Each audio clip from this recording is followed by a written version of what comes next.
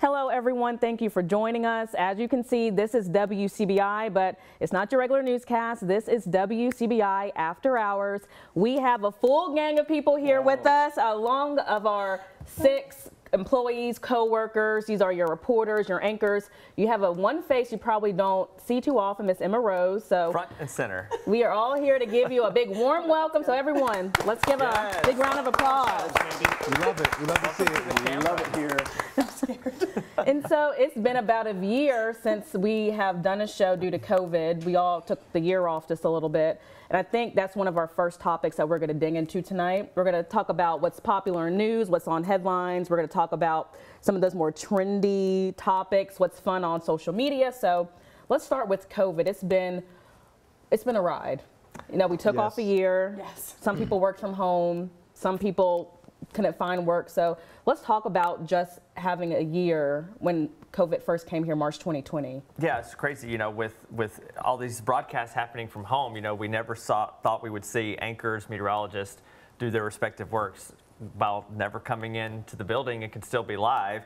And for me personally, I actually moved and changed jobs in the middle of the pandemic in June of 2020. So it was like that first sort of reopening, and then we shut down again. But I moved to Texas, and that was pretty trying too. But and I'm sure many of you have, you know, similar stories with just how crazy it was with either whether you moved, you didn't move, work from home or not. I mean, crazy stuff. It was really crazy for all of us here because some of our reporters had to kind of go home and, you know, work from home, go out and interview, turn our story over the laptop, but just kind of adjusting to the pandemic and the lockdown. It was really foreign to everybody. I was nervous if I had the discipline to work from home. Yeah, and not have somebody look over my shoulder like, can I do this? But I made it work, so I guess. And you always have that temptation of going into the fridge and picking out a snack in between your stories and your maybe do some laundry, you know, handle some chores. Maybe take a nap. Yeah, take a nap. A nap is good. See, I was a senior in college, so I got sent home on my senior year spring break and never went back to school. Oh, that's no. So I had to have the discipline to like finish out my college classes of college algebra and those things from home. And that was when, you know, I picked up the things like baking, which thankfully was followed by the family walks that everyone I feel like was also taking if you were trapped at home with your parents. Not trapped, but if you were trapped is strong. Well, your parents were trapped at home with you as well. That is also very true. So it was, definitely crazy going from school back home and living on the college campus back to your childhood bedroom that looks the exact same it has. And you were saying that you missed out on your graduation to walk. Missed out on walking for graduation, missed out on sorority formals and those like last events, the baseball games, the basketball games, all that kind of stuff. And it was just truly you kind of have to go into a different mindset. I can just remember like getting the email that we weren't graduating and just like starting to sob because it's like you've worked for something for 4 years to have that moment to not even 4 years, but like you've looked ahead your whole life to graduate. Your college graduation, and you don't get that. Right. So. Well, I mean, the whole mental health stigma, I mean, whether you're starting a new job or whether you're in college and going from that environment of always being around your friends when there's always something to do, and then you go from that to having, you know, your options limited with stuff to do. I mean, I feel like we do stuff to keep ourselves sharp mentally, and it helps. And we always talk about mental health and how important it is to kind of check in on yourself and really make sure that you're okay and practice, you know, healthy tendencies. And it's harder to do that during COVID. And, you know, when you move somewhere new during COVID and you're not really supposed to be around people and you're at home all the time, I mean, it's definitely an outlet to really feel even more alone than before. So, you know. Sure. Certainly. And then, you know, did you have something to say, Stephen? I was going to say, you mentioned traveling. I actually drove across the country right during the height of the pandemic, moving from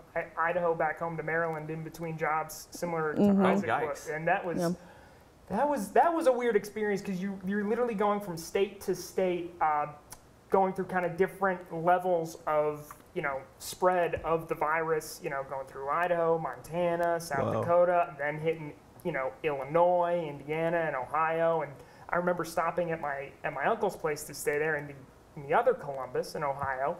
And literally we would just, it was very strict social distancing with, you know, masks inside, you know, setting food on the table and waiting to get back 6 feet apart to wait for someone else to pick it up, like specific spaces where everyone could sit. It was Well, what about the anxiety that came with like and all those mandates that made life so weird too? But I mean, we're all human. Like there were definitely instances where we all thought we had COVID at some times, right? Where you're just overthinking, like, oh man, like, do I have COVID? Well, yeah, they didn't wear a mask, and I mean, I would go into the kitchen and smell coffee grounds just to make sure my coffee, my whatever you call this. Right. So did I. The olfactory bulb, that's what I'm trying to think, works. Exactly, but sense of smell works. we're all like afraid of, you know, getting COVID because of the health effects, but also we're afraid of having to quarantine and sit inside all day and you know, infect someone else with it. I mean, that was the crazier part. So every interaction you ever have with someone, just to think, oh, did they give me COVID? I mean, that's the worst. And like, we all wore masks and we were all smart, but I mean, there were some instances, everyone had them, where you were around someone without a mask at some point accidentally, I'm sure. I had my first COVID scare and I was so afraid to get tested because I really thought I had COVID. I was near a positive case. And so when I was in the line, the whole time I'm like, oh my God, I have COVID. I was with this person, this happened.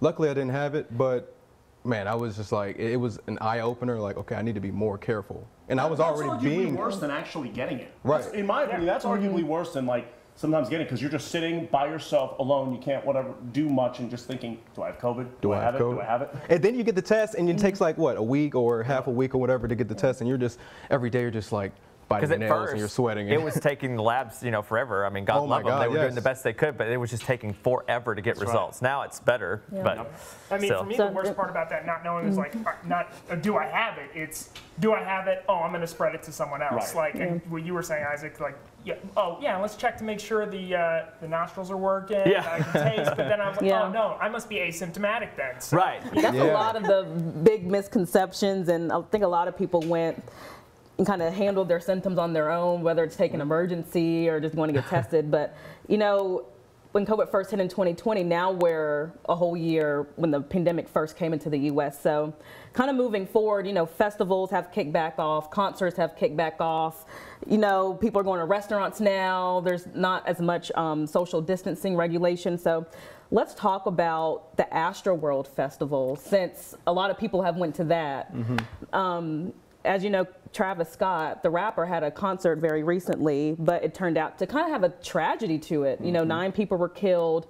People were sent to 11 now. Well, up to 11 now. Okay, that's the latest update. One of the youngest people were 9 years old. So very tragic. A lot of people got hurt from that. So what are y'all's thoughts about that? Is it scary to now go somewhere, maybe? Me and Emma Rose was talking about this. We were saying, does the reputation of the artist, you know, connect with the safety of the concert and the venue? Like, are we surprised that this happened at a Travis Scott concert compared to a Taylor Swift concert, you know? Would we be more surprised, you know? And I think Travis Scott really, I mean, I'm not necessarily someone that listens to his music, but from what I understand, he encouraged a very like rowdy crowd behavior. They were like big ragers and these big events, and I think that's just kind of what the standard was for his. Does that make it okay? I think that's the discussion. But I think that's just kind of something that his fans are used to. Now, I do believe it got out of hand in this scenario. And I think it's just really tragic, all the things that have happened. So I'm interested to see kind of what comes of this for his events, but also for concerts going forward now and outdoor and indoor events. Well, I love his music. I've seen him in person like 3 times. And there was literally an instance at his concert, I saw him in California, where he's just like jumping back and forth on this like pedestal type of thing that's literally this wide. So the dude is nuts, but I do love his music, and to make that correlation, I mean, it's definitely something to think about, but obviously if he knew that there was any like remote risk, like a big time risk of a tragedy like that happening, he would have second guessed. Well, I love his music too, but I think as consumers and parents, you just got to be more conscientious about, am I going to go to this event, or do I want my child going to this event? And you know, is it really worth it? You just got to make that decision now. And he has a history of some of his concerts having some of these incidents. I believe he was charged with incitement at one point, right? And there was an issue where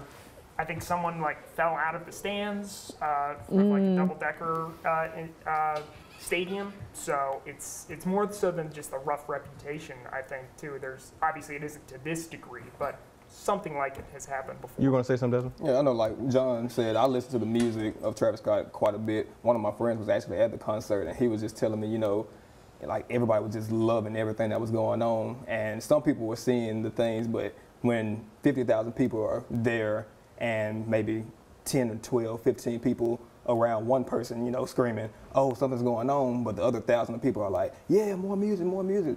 It's hard to just get that message to those people, well, to Travis Scott. Right, exactly. So there's been over maybe 100 and counting lawsuits against Travis Scott, I think Live Nation. So let's talk about, do you think Travis Scott should reach out and help some of these people who were injured, maybe pay for some funeral expenses with some of the families? Honestly, yes. I'm sure there'll be a settlement. Yeah. I would hope that he would reach out. I know when that crazy accident happened at the Ariana Grande concert, she paid for, reimbursed everyone's tickets, but she also like paid for the funerals of those who lost their lives. And I think just as a good omen, that would be a good thing to do for those families. It might help. I mean, it won't take away that pain, but it might help the feeling of not having that financial burden on top of everything else. Yeah, so I think the message here is just to make sure you're careful, you know, whenever you do go out to a festival. I mean, things can happen like it did here at Astroworld, but we hope that, like you said, Emma Rose, moving forward, security would be in place and they will really implement the standards that's expected, you know. Okay. So what about the holiday season? We are getting close to Thanksgiving next week. Right. It's my time. Christmas will follow, the New Year. So what's everyone's favorite holiday dishes? What are you excited to see on your plate this year? Yams, mac and cheese mixed up together. That's the best combo. Oh. That She is the best She combo. knows. I will agree with that. It is. Nice. It's I just want the delicious. dressing and cranberry sauce. Amen. And thank you I for need calling some- it dressing. Absolutely. Yes. Who Not calls it stuff. stuffing? Who calls Probably The Steven. people. I knew it. The people not from baby. around Not from here. the South.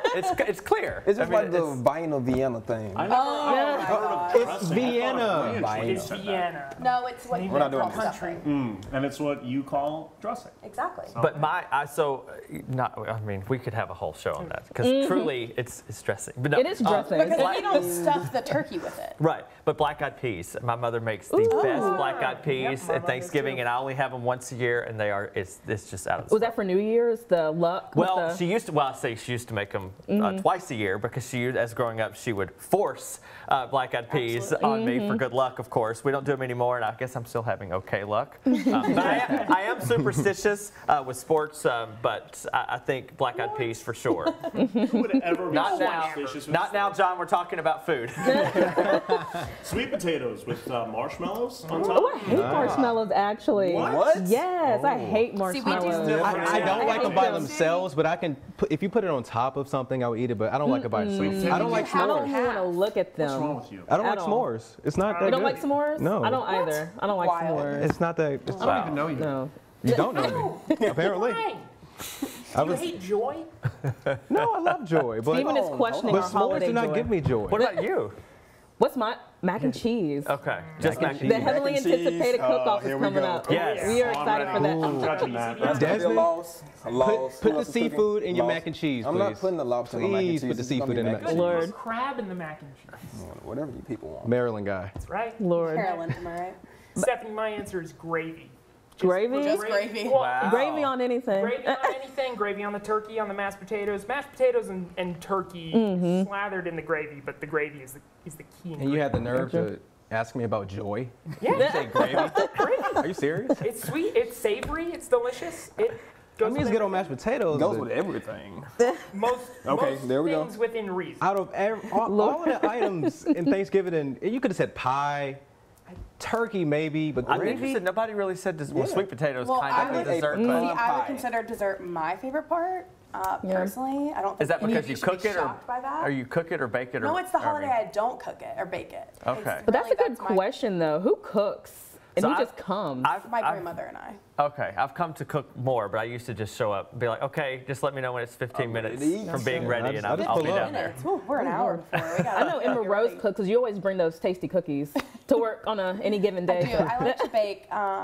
Kind of going back to the COVID thing, that's what I picked up a lot of. Was I've always loved to, but it was the controlling what you can when everything else feels out of control. like it. Thank you. It's so I picked up a lot of baking. So I've always though been able to just my grandmother, as long as I could sit on the counter by myself, I was helping her in the kitchen for Thanksgiving. So sweet. that tradition has continued. Love it. By the way, Emma Rose is like the bank. She has candy, she has sweets, she has goods.